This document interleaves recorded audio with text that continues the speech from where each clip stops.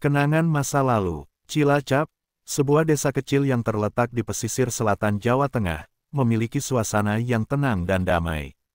Namun, di balik ketenangan itu, terdapat sekelompok remaja yang dikenal sebagai geng nakal di desa. Mereka adalah Mas Nasir, Arif, Joko, Sari, dan Lila.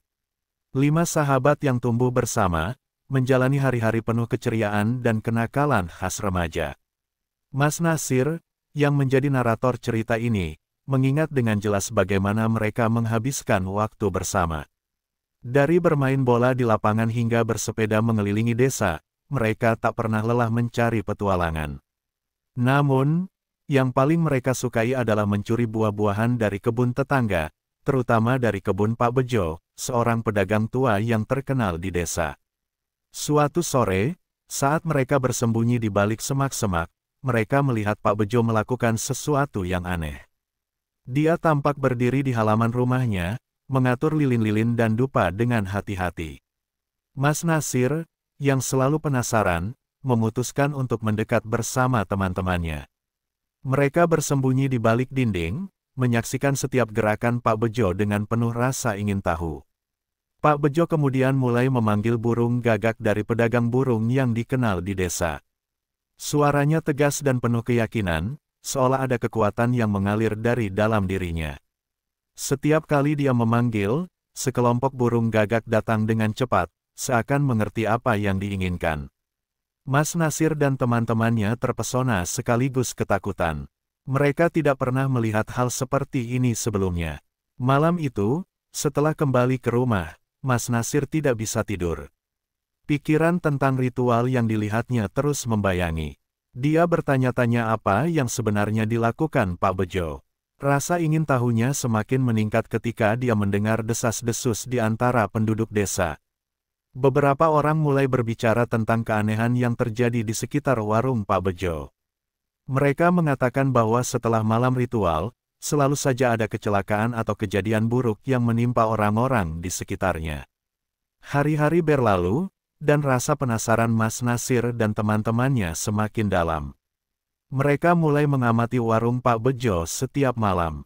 Setiap kali ritual berlangsung, mereka merasakan aura aneh yang menyelimuti sekitar. Warung yang biasanya ramai kini menjadi sepi, dan Pak Bejo tampak semakin terasing. Suatu malam, Mas Nasir dan gengnya memutuskan untuk menyusup ke halaman rumah Pak Bejo. Mereka bersembunyi di balik semak-semak dan mengintip. Dalam keheningan malam, mereka melihat Pak Bejo menyelesaikan ritualnya dengan mengorbankan sesuatu yang tidak mereka ketahui. Lilin-lilin yang menyala dan dupa yang membara menciptakan suasana mistis dan menakutkan. Beberapa hari setelah ritual itu, sebuah kecelakaan terjadi di dekat warung. Seorang pengendara sepeda motor terjatuh dan mengalami luka parah. Penduduk desa mulai berbicara tentang kutukan yang mungkin diakibatkan oleh ritual Pak Bejo. Mas Nasir dan teman-temannya merasakan ketakutan yang menyelimuti mereka. Mereka tidak tahu apakah ini semua hanya kebetulan atau ada kekuatan yang lebih besar yang sedang beroperasi. Seiring berjalannya waktu, warung Pak Bejo semakin sepi. Dia tampak semakin tertekan dan cemas. Mas Nasir merasa sedih melihat perubahan pada sosok yang dulunya penuh semangat. Dalam hati, dia merasa bersalah karena hanya mengamati tanpa melakukan sesuatu. Rasa penyesalan mulai menghantuinya, tetapi rasa ingin tahu selalu mengalahkan ketakutannya. Kejadian demi kejadian yang mengerikan terus menghampiri Pak Bejo. Suatu malam, Mas Nasir dan teman-temannya melihat api berkobar hebat di warung Pak Bejo. Mereka tidak bisa berbuat banyak selain menyaksikan dari jauh, merasakan kepedihan yang mendalam saat melihat warung yang hancur itu. Api melahap semua, yang ada, meninggalkan hanya puing-puing dan kepingan kenangan. Setelah kebakaran, kabar buruk lain datang, Pak Bejo jatuh sakit dengan gejala yang aneh, kulitnya keriput, dan bau menyengat menguar darinya, membuat orang-orang menjauh. Mas Nasir dan teman-temannya tidak bisa lagi mengabaikan apa yang terjadi. Mereka mulai meragukan diri sendiri, merasa terjebak dalam rasa ingin tahu yang berbahaya. Istri Pak Bejo, Ibu Murti, tampak semakin putus asa. Dia berjuang untuk menghidupi anak-anaknya, Tetapi kesulitan ekonomi dan tekanan dari dunia luar membuatnya tertekan.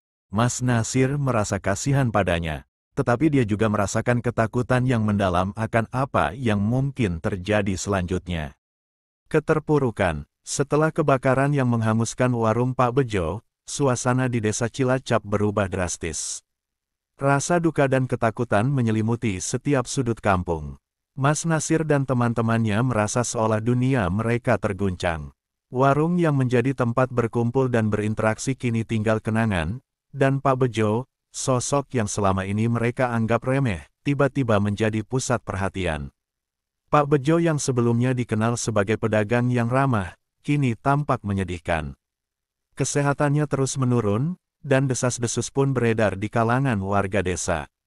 Beberapa orang mulai mengaitkan sakitnya dengan ritual yang dilakukannya. Mereka percaya bahwa ada sesuatu yang tidak beres, dan Pak Bejo telah terperangkap dalam jaring kegelapan yang sulit untuk dilepaskan. Mas Nasir dan gengnya sering berkumpul di dekat lapangan bola, berbincang tentang kejadian-kejadian aneh yang menimpa Pak Bejo. Setiap kali mereka melihat sosok Pak Bejo, yang kini tampak semakin keriput dan kotor, mereka merasakan campuran antara rasa kasihan dan ketakutan. Rasa ingin tahu mereka terus menggerogoti, tetapi ketakutan akan konsekuensi dari rasa ingin tahu itu membuat mereka enggan untuk mendekat. Suatu malam, saat mereka sedang berkumpul, Arif mengusulkan untuk mengunjungi rumah Pak Bejo. Kita harus tahu apa yang sebenarnya terjadi. Kita tidak bisa hanya diam saja, ujarnya dengan semangat. Namun, Sari dan Lila terlihat ragu. Tapi, kita tidak tahu apa yang akan kita temui di sana. Bagaimana jika dia marah atau ada sesuatu yang lebih buruk? Lila berkata, suaranya bergetar sedikit. Setelah banyak debat, mereka akhirnya sepakat untuk pergi. Mas Nasir merasa itu adalah tindakan yang benar. Mereka tidak bisa terus bersembunyi dari kenyataan. Dengan hati berdebar, mereka maju menuju rumah Pak Bejo. Malam itu gelap dan angin berhembus kencang, menambah suasana mencekam di sekeliling mereka. Ketika tiba di depan rumah Pak Bejo, suasana terasa aneh. Rumah itu tampak sepi, dengan lampu yang redup dan jendela yang tertutup rapat. Mas Nasir mengetuk pintu, dan setelah beberapa saat, suara lemah terdengar dari dalam. Siapa itu? Suara Pak Bejo terdengar lemah dan serak. Kami, Mas Nasir dan teman-teman, jawabnya, berusaha menenangkan. Pintu terbuka sedikit, dan Mas Nasir melihat wajah Pak Bejo yang sangat berbeda. Wajahnya dipenuhi keriput, dan matanya tampak kosong. Apa yang kalian inginkan? Tanyanya dengan suara yang nyaris tak terdengar. Mas Nasir merasa kasihan, tetapi dorongan untuk mencari tahu lebih dalam mendorongnya untuk melanjutkan. Kami hanya ingin tahu apa yang terjadi pada Bapak. Kami khawatir, ujarnya. Pak Bejo hanya tertawa pahit. Khawatir, kalian seharusnya takut. Takut akan apa yang sudah terjadi. Ia melangkah mundur, dan Mas Nasir merasakan aura gelap yang menyelimuti rumah itu. Saya sudah terjebak dalam sesuatu yang tidak bisa saya hentikan. Dan kalian tidak akan bisa membantu, tambahnya dengan nada yang penuh penyesalan. Mendengar kata-kata itu, Mas Nasir dan teman-temannya saling memandang. Rasa takut mulai merayapi hati mereka, tetapi rasa ingin tahu masih lebih kuat. Mereka meminta izin untuk masuk. Dengan enggan, Pak Bejo mengizinkan mereka. Saat melangkah masuk, bau busuk menyengat hidung mereka. Rumah itu tampak berantakan, dan suasana di dalamnya terasa berat. Di ruang tamu, mereka melihat berbagai benda aneh, seperti patung-patung kecil dan simbol-simbol yang tidak mereka kenali. Mas Nasir bertanya, apa semua ini, Pak? Pak Bejo menggelengkan kepala. Ini semua untuk ritual. Ritual yang tidak seharusnya saya lakukan. Suara Pak Bejo bergetar, dan air mata menggenang di matanya. Mas Nasir merasa terharu. Dia ingin membantu, tetapi tidak tahu bagaimana caranya. Bapak bisa berhenti melakukannya. Kami bisa membantu, ujarnya. Namun, Pak Bejo hanya tertawa getir. Kalian tidak mengerti. Buto Ijo tidak mengizinkan saya untuk berhenti. Dia akan mengambil semuanya. Rasa takut menyelimuti mereka saat mendengar nama Buto Ijo. Sosok yang selama ini hanya mereka dengar dalam cerita rakyat kini terasa sangat nyata. Mas Nasir berusaha menenangkan diri. Kami bisa mencari cara untuk menghentikannya. Kami tidak akan membiarkan itu terjadi, ujarnya penuh keyakinan. Namun, Pak Bejo hanya menatapnya dengan tatapan kosong. Anak-anak, kalian tidak tahu apa yang kalian hadapi. Buto Ijo tidak akan berhenti sampai dia mendapatkan apa yang dia inginkan. Suasana semakin menegangkan, dan Mas Nasir merasakan ketidakberdayaan yang mendalam. Mereka merasa terjebak dalam situasi yang lebih besar dari diri mereka sendiri. Setelah beberapa saat, Mas Nasir dan teman-temannya memutuskan untuk pergi. Mereka merasa tidak ada yang bisa dilakukan di sana. Pak Bejo terlihat semakin terpuruk, dan mereka tidak ingin terjebak dalam kegelapan yang menyelimutinya. Saat keluar, Mas Nasir berjanji dalam hati untuk mencari cara menghentikan semua ini. Kembali ke rumah, Mas Nasir merasa tertekan. Dia tidak bisa tidur, memikirkan semua yang telah terjadi. Dia dan teman-temannya berkomitmen untuk mencari tahu lebih banyak tentang Buto Ijo dan ritual yang dilakukan oleh Pak Bejo.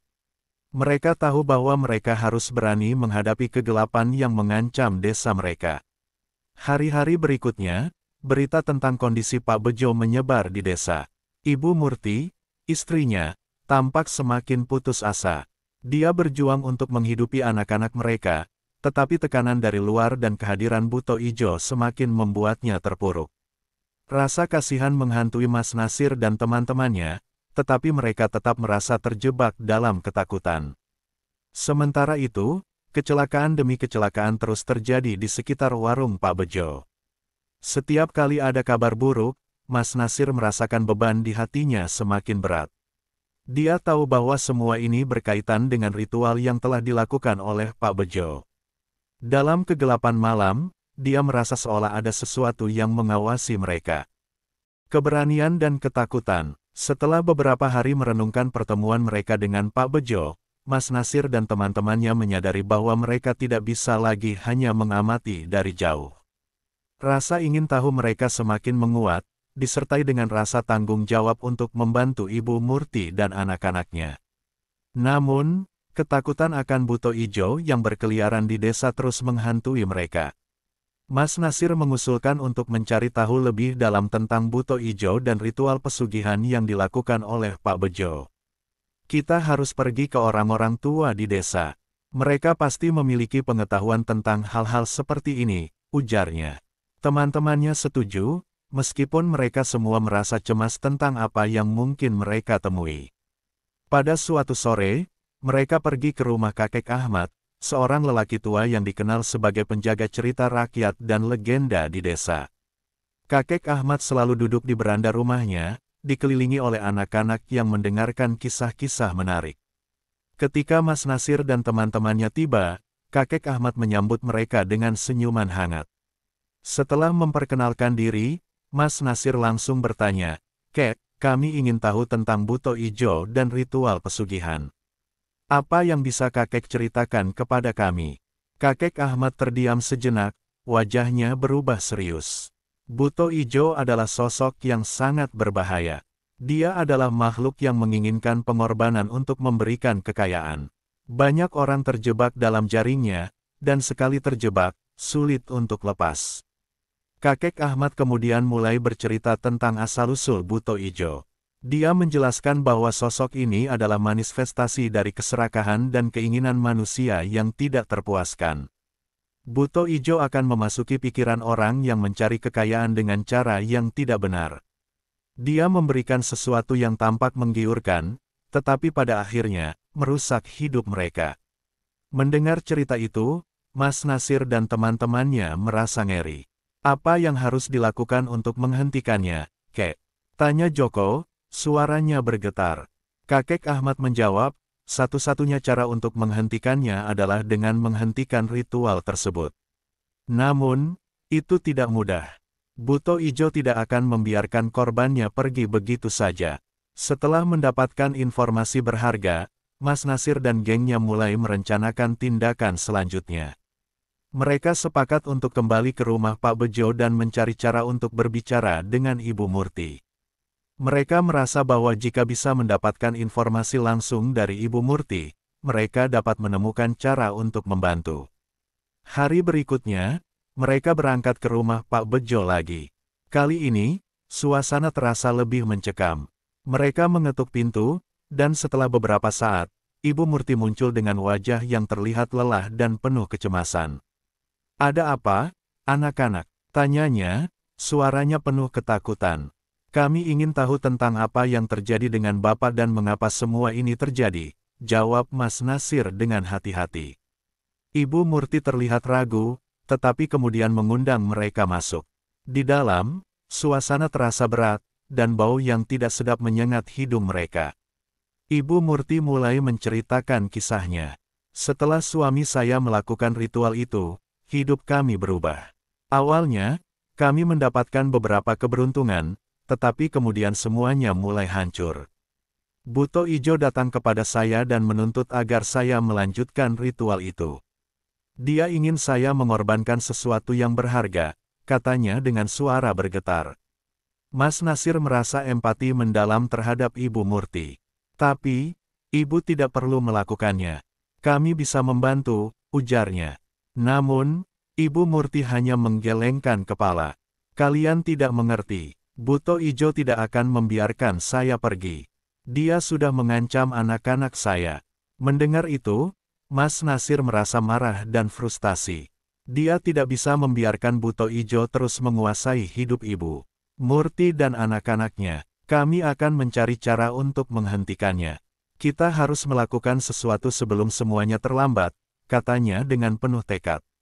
Ibu Murti menatap mereka dengan mata penuh harapan. "Jika kalian benar-benar ingin membantu, kalian harus pergi ke tempat di mana ritual itu dilakukan. Di sana, kalian mungkin bisa menemukan cara untuk mengusir Buto Ijo," katanya. Mas Nasir dan teman-temannya terkejut. Mereka tahu bahwa itu berisiko besar, tetapi mereka tidak bisa mundur. Malam itu, saat mereka berencana menuju tempat ritual, rasa takut menyelimuti mereka. Mas Nasir merasa gelisah dan bertanya-tanya apakah mereka sudah siap menghadapi apapun yang mungkin terjadi. Namun, rasa tanggung jawab untuk membantu Ibu Murti dan anak-anaknya mendorong mereka maju. Ketika mereka tiba di lokasi ritual, suasana menjadi semakin menegangkan. Hutan di sekitar tempat itu tampak gelap dan angker. Suara-suara aneh terdengar dari kejauhan, membuat bulu kuduk mereka merinding. Mereka merasa seolah-olah ada yang mengawasi mereka, menunggu untuk melihat apa yang akan mereka lakukan. Mas Nasir memimpin langkah mereka, berusaha untuk tetap tenang. Mereka mencapai tempat yang terlihat seperti altar, dengan simbol-simbol aneh terukir di tanah. Di sana, mereka melihat bekas-bekas ritual yang telah dilakukan oleh Pak Bejo. Lilin-lilin yang sudah hangus dan sisa dupa menguar di udara, menciptakan suasana menakutkan. "Saya merasa tidak nyaman di sini," bisik Sari. "Apa yang harus kita lakukan?" Mas Nasir berusaha menenangkan, "Kita harus mencari tahu bagaimana cara menghentikan semua ini. Buto Ijo tidak boleh terus menguasai hidup kita." Mereka mulai mencari-cari di sekitar altar, berharap menemukan sesuatu yang bisa membantu. Namun, tiba-tiba, mereka mendengar suara gemuruh dari dalam hutan. Suara itu semakin mendekat, dan mereka merasakan getaran di tanah. Mas Nasir dan teman-temannya saling pandang, ketakutan terlihat di wajah mereka. Dalam sekejap, sosok Buto Ijo muncul di depan mereka. Tubuhnya besar dan menakutkan, dengan kulit berwarna hijau dan mata yang bersinar merah. Suaranya menggema seperti petir, "Kalian berani memasuki wilayahku. Kalian tidak tahu apa yang kalian hadapi." Ketika Buto Ijo melangkah maju, Mas Nasir merasa terjebak dalam ketakutan. Namun, dia tahu bahwa mereka tidak bisa mundur. "Kami tidak takut padamu. Kami di sini untuk menghentikan semua ini," teriaknya, berusaha menunjukkan keberanian meskipun jantungnya berdebar kencang. Buto Ijo tertawa dengan suara mengerikan. "Kalian tidak akan bisa menghentikanku. Aku sudah menguasai jiwa-jiwa di desa ini. Kalian akan menjadi bagian dari kekuatanku." Suara itu menggema di seluruh hutan, membuat mereka merasa semakin terdesak. Namun, Di tengah ketakutan, Mas Nasir menyadari bahwa mereka memiliki satu senjata yang kuat, keberanian dan tekad untuk melindungi orang-orang yang mereka cintai.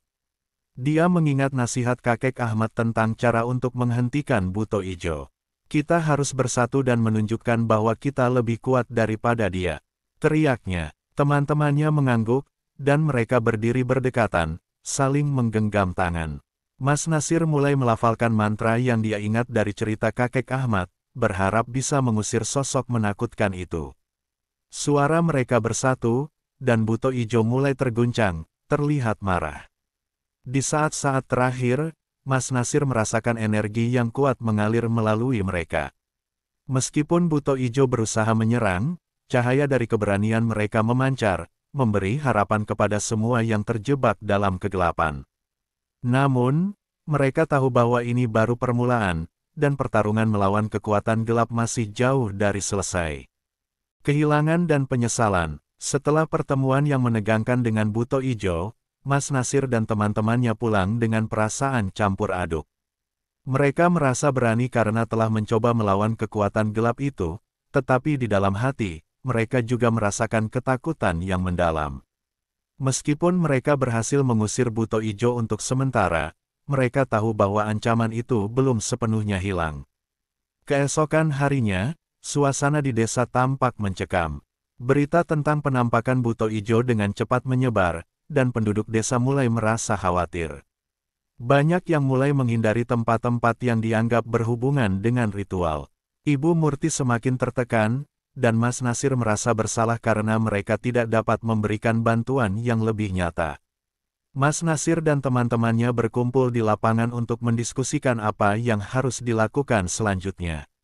Kita harus mencari cara untuk melindungi Ibu Murti dan anak-anaknya, kata Joko. Tapi bagaimana kita bisa melakukannya?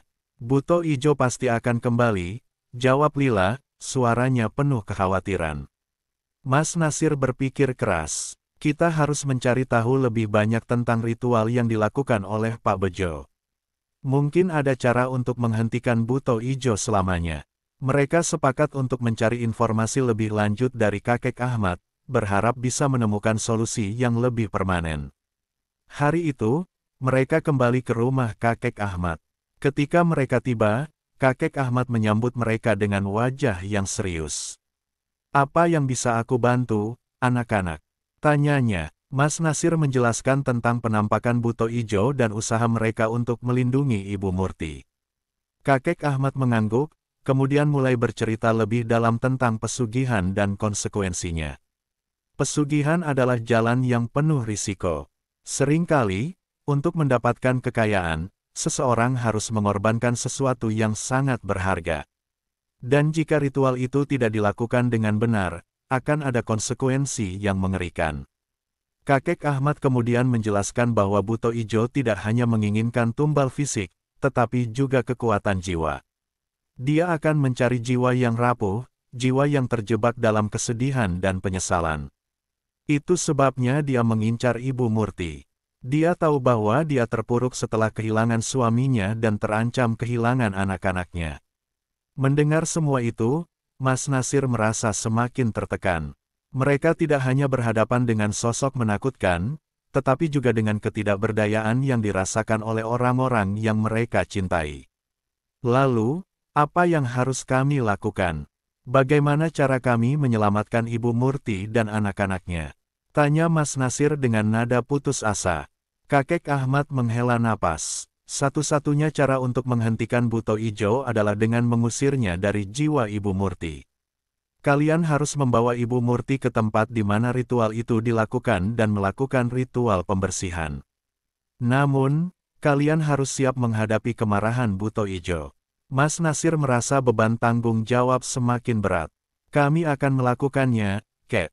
Kami tidak bisa membiarkan Buto Ijo menguasai kehidupan mereka.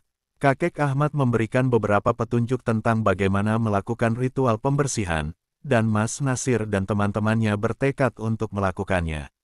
Malam itu, mereka mengunjungi rumah Ibu Murti. Dengan hati-hati, mereka menjelaskan rencana mereka. Awalnya, Ibu Murti ragu dan takut. Tapi, jika Buto Ijo tahu, dia akan mengambil anak-anakku, katanya dengan suara bergetar. Mas Nasir berusaha meyakinkannya, kami akan melindungi ibu dan anak-anak. Kami tidak akan membiarkan apapun terjadi pada kalian. Setelah diskusi panjang, Ibu Murti akhirnya setuju. Malam itu, mereka bersiap-siap untuk pergi ke tempat ritual.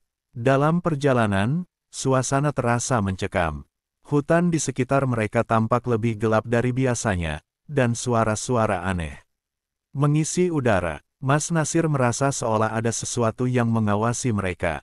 Ketika mereka tiba di lokasi ritual, semuanya tampak sama seperti sebelumnya. Namun, kali ini, ada ketegangan yang lebih kuat. Mas Nasir merasakan getaran di dalam dirinya, seolah-olah buto ijo sudah menunggu mereka. Mereka segera menyiapkan altar untuk ritual pembersihan, mengikuti petunjuk yang diberikan kakek Ahmad. Ibu Murti tampak sangat ketakutan, tetapi Mas Nasir berusaha menenangkannya. Kami akan melakukannya bersama-sama. Kami tidak akan membiarkan buto ijo mengalahkan kita. Mereka mulai melafalkan mantra yang diajarkan kakek Ahmad, berusaha mengusir energi gelap yang mengelilingi tempat itu. Namun, saat mereka melanjutkan ritual, tiba-tiba buto ijo muncul kembali. Dengan suara mengerikan, dia berteriak, "Kalian berani mengganggu ritualku. Kalian tidak akan pernah bisa menghentikanku."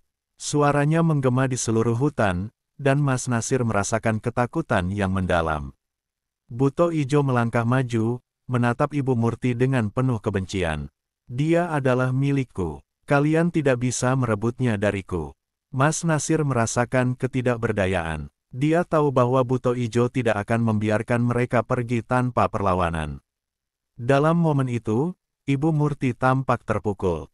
Suara buto ijo mengingatkannya pada semua kehilangan dan kesedihan yang dia alami. Mas Nasir melihat Ibu Murti mulai goyah, dan dia berteriak, "Ibu, ingat anak-anakmu. Ingat semua yang harus kamu perjuangkan." Kata-kata itu tampaknya menyentuh hati Ibu Murti. Dia mulai melawan ketakutannya dan berusaha fokus. Mas Nasir dan teman-temannya terus melafalkan mantra, berusaha mengusir buto ijo. Namun, buto ijo semakin marah dan mulai menyerang mereka dengan kekuatan gelapnya. Mereka berjuang melawan arus energi negatif yang mengelilingi mereka. Mas Nasir merasa putus asa, tetapi dia tahu bahwa mereka tidak bisa menyerah. Dalam momen kritis itu, dia teringat akan pesan kakek Ahmad, bahwa kekuatan mereka terletak pada persatuan dan keberanian. Dengan segenap tenaga, mereka berpegangan tangan dan mengarahkan fokus mereka pada Ibu Murti. "Kami bersatu untuk melindungimu, Ibu," teriak Mas Nasir, dan dalam sekejap, cahaya terang muncul dari dalam diri mereka. Energi positif itu melawan kegelapan yang dibawa oleh buto ijo. Namun, di tengah perjuangan itu, Mas Nasir merasakan sesuatu yang aneh. Sebuah kekuatan menariknya ke dalam kegelapan, seolah buto ijo mencoba menggoda jiwanya. Di detik-detik terakhir, dia menyadari bahwa buto ijo ingin mengambilnya sebagai tumbal. Ketakutan mulai menyelimutinya, tetapi dia berusaha keras untuk tetap fokus pada tujuan mereka. Akhirnya, saat ritus mencapai puncaknya, cahaya dari dalam diri mereka meluas, mengusir buto ijo dengan kekuatan yang belum pernah mereka rasakan sebelumnya.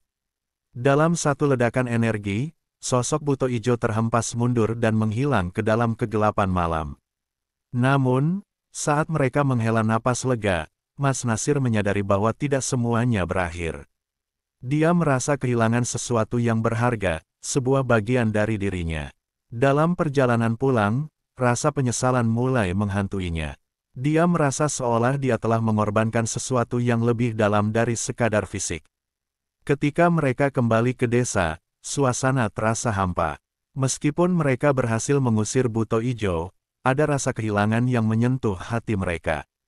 Mas Nasir tahu bahwa perjuangan mereka belum selesai. Dia mulai merasakan bahwa ada konsekuensi dari tindakan mereka, dan mereka harus bersiap menghadapi apapun yang mungkin terjadi di masa depan. Kebenaran yang menghantui. Setelah berhasil mengusir buto ijo, Mas Nasir dan teman-temannya pulang ke desa dengan perasaan campur aduk. Meskipun mereka merasa lega karena bisa menyelamatkan Ibu Murti dan anak-anaknya, ada sesuatu yang tidak bisa mereka lepaskan, sebuah rasa kehilangan dan penyesalan yang mendalam. Mas Nasir merasa seolah ada yang hilang dari dirinya, dan dia tidak bisa mengabaikan perasaan itu. Sesampainya di desa, mereka disambut dengan tatapan bingung dari warga. Berita tentang Buto Ijo dan ritual yang dilakukan di hutan dengan cepat menyebar, tetapi tidak ada yang benar-benar memahami apa yang sebenarnya terjadi. Mas Nasir dan teman-temannya memutuskan untuk menjelaskan situasi kepada Ibu Murti dan anak-anaknya, berharap dapat memberikan sedikit rasa aman. Saat mereka tiba di rumah Ibu Murti, mereka melihatnya duduk di teras, tampak lelah tetapi penuh harapan. "Anak-anak, kalian kembali. Apa yang terjadi?" tanyanya dengan suara bergetar. Mas Nasir menjelaskan bahwa mereka berhasil mengusir Buto Ijo dan melakukan ritual pembersihan. Ibu Murti tampak terharu, tetapi ada keraguan di matanya. "Tapi, apakah dia benar-benar pergi? Apakah dia tidak akan kembali?" Mas Nasir berusaha meyakinkannya. "Kami akan melakukan apapun untuk melindungi ibu dan anak-anak. Kami tidak akan membiarkan Buto Ijo menguasai hidup kita lagi." Tetapi di dalam hati, Mas Nasir sendiri meragukan kata-katanya. Dia tahu bahwa kekuatan Buto Ijo bukanlah sesuatu yang bisa diabaikan dengan mudah. Hari-hari berlalu, dan meskipun Buto Ijo tidak muncul kembali, suasana di desa tetap tegang. Warga mulai merasakan dampak dari ketakutan yang menyebar. Banyak yang menghindari tempat-tempat yang dianggap berhubungan dengan ritual, dan beberapa orang mulai berpindah menjauh dari desa. Mas Nasir dan teman-temannya merasa terjebak dalam kesedihan yang mendalam. Suatu malam, saat Mas Nasir duduk sendirian di beranda rumahnya, dia merenungkan semua yang telah terjadi. Dia merasa kesepian dan kehilangan, seolah-olah ada sesuatu yang hilang dari jiwanya. Rasa penyesalan menggerogoti pikirannya. Apakah mereka telah melakukan hal yang benar? Apakah semua ini benar-benar berakhir? Dalam keheningan malam, Mas Nasir mendengar suara gemerisik di luar. Dia melangkah keluar, berusaha mencari tahu dari mana suara itu berasal. Saat dia melangkah ke hutan, dia merasakan sesuatu yang mengerikan. Suara itu semakin keras, dan dia merasa seolah ada yang mengawasinya. Tiba-tiba, sosok Buto Ijo muncul di hadapannya. "Kau pikir kau bisa mengusirku begitu saja?" Suara Buto Ijo menggema, dan Mas Nasir merasakan ketakutan yang mendalam. "Aku akan mengambil apa yang seharusnya menjadi milikku. Kau telah mengganggu rencana yang sudah aku buat." Mas Nasir berusaha untuk tidak panik. "Kami tidak takut padamu. Kami telah berjuang untuk melindungi orang-orang yang kami cintai," teriaknya, meskipun hatinya bergetar ketakutan. Buto Ijo tertawa dengan suara yang menakutkan. "Kau tidak mengerti, anak muda. Kekuatanku tidak hanya berasal dari tubuh ini, tetapi dari jiwa-jiwa yang telah kutangkap." Dalam momen tersebut, Mas Nasir merasa terjebak dalam ketidakberdayaan. Dia tidak hanya berhadapan dengan Buto Ijo, tetapi juga dengan rasa sakit yang telah ditimbulkan. Dia mulai menyadari bahwa Buto Ijo tidak hanya mengincar Ibu Murti dan anak-anaknya, tetapi juga jiwa-jiwa lain yang mungkin telah terjebak dalam kegelapan. Dia teringat akan pesan kakek Ahmad tentang mengorbankan sesuatu yang berharga. "Kau memang menginginkan sesuatu yang berharga," pikirnya. Dalam sekejap, Mas Nasir merasakan beban yang sangat berat di hatinya. Dia tahu bahwa untuk mengakhiri semuanya, dia mungkin harus mengorbankan sesuatu yang sangat berharga baginya. Dengan tekad yang kuat, Mas Nasir menghadap Buto Ijo. "Jika kau ingin mengambil sesuatu, ambillah aku. Biarkan Ibu Murti dan anak-anaknya hidup dengan tenang." Buto Ijo tertegun sejenak, lalu tertawa keras. "Kau memang berani, tetapi pengorbananmu tidak akan cukup." Dalam ketegangan itu, Mas Nasir merasakan sebuah cahaya dalam dirinya. Dia menyadari bahwa dia tidak sendirian. Teman-temannya, yang selalu bersamanya, juga memiliki kekuatan. Dia berteriak, "Kami bersatu. Kami tidak akan membiarkanmu mengambil apapun dari kami." Tiba-tiba, Sari, Joko, dan Lila muncul dari bayang-bayang. Mereka berdiri di samping Mas Nasir, saling menggenggam tangan. "Kami akan melawan bersamamu," seru Sari. Buto Ijo melihat mereka dengan marah, tetapi kekuatan persatuan yang mereka pancarkan mulai membangkitkan semangat. Mereka mulai melafalkan mantra yang diajarkan kakek Ahmad, dan cahaya mulai bersinar dari dalam diri mereka. Buto Ijo semakin marah, tetapi seiring dengan energi positif yang mereka pancarkan, sosok Buto Ijo mulai terguncang. Tidak, ini tidak mungkin, teriaknya, tetapi cahaya itu semakin kuat, mengusir kegelapan yang mengelilingi mereka. Dalam momen itu, Mas Nasir merasakan bahwa mereka telah mencapai puncak kekuatan mereka.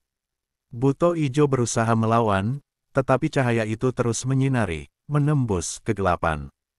Dalam sekejap, Buto Ijo terhempas kembali, dan tidak ada lagi jejak sosok menakutkan itu. Setelah semua itu berakhir, Mas Nasir dan teman-temannya terengah-engah, tetapi mereka merasakan kepuasan yang mendalam. Mereka telah mengalahkan Buto Ijo dan menyelamatkan Ibu Murti serta anak-anaknya. Namun, di dalam hati Mas Nasir, rasa penyesalan tetap ada. Dia telah belajar bahwa perjuangan melawan kegelapan tidak hanya tentang mengalahkan musuh, tetapi juga tentang memahami diri sendiri dan apa yang sebenarnya berharga dalam hidup. Keesokan harinya, berita tentang pengusiran Buto Ijo menyebar di desa. Warga mulai berani keluar dari rumah mereka dan berkumpul kembali. Mas Nasir dan teman-temannya merasa lega melihat bahwa kehidupan di desa perlahan-lahan kembali normal. Namun, Mas Nasir tahu bahwa luka yang ditinggalkan oleh pengalaman itu tidak akan pernah benar-benar hilang. Dia dan teman-temannya akan selalu diingat akan perjuangan mereka, dan mereka berjanji untuk tetap bersatu, menjaga satu sama lain, dan melindungi desa dari kegelapan yang mungkin kembali.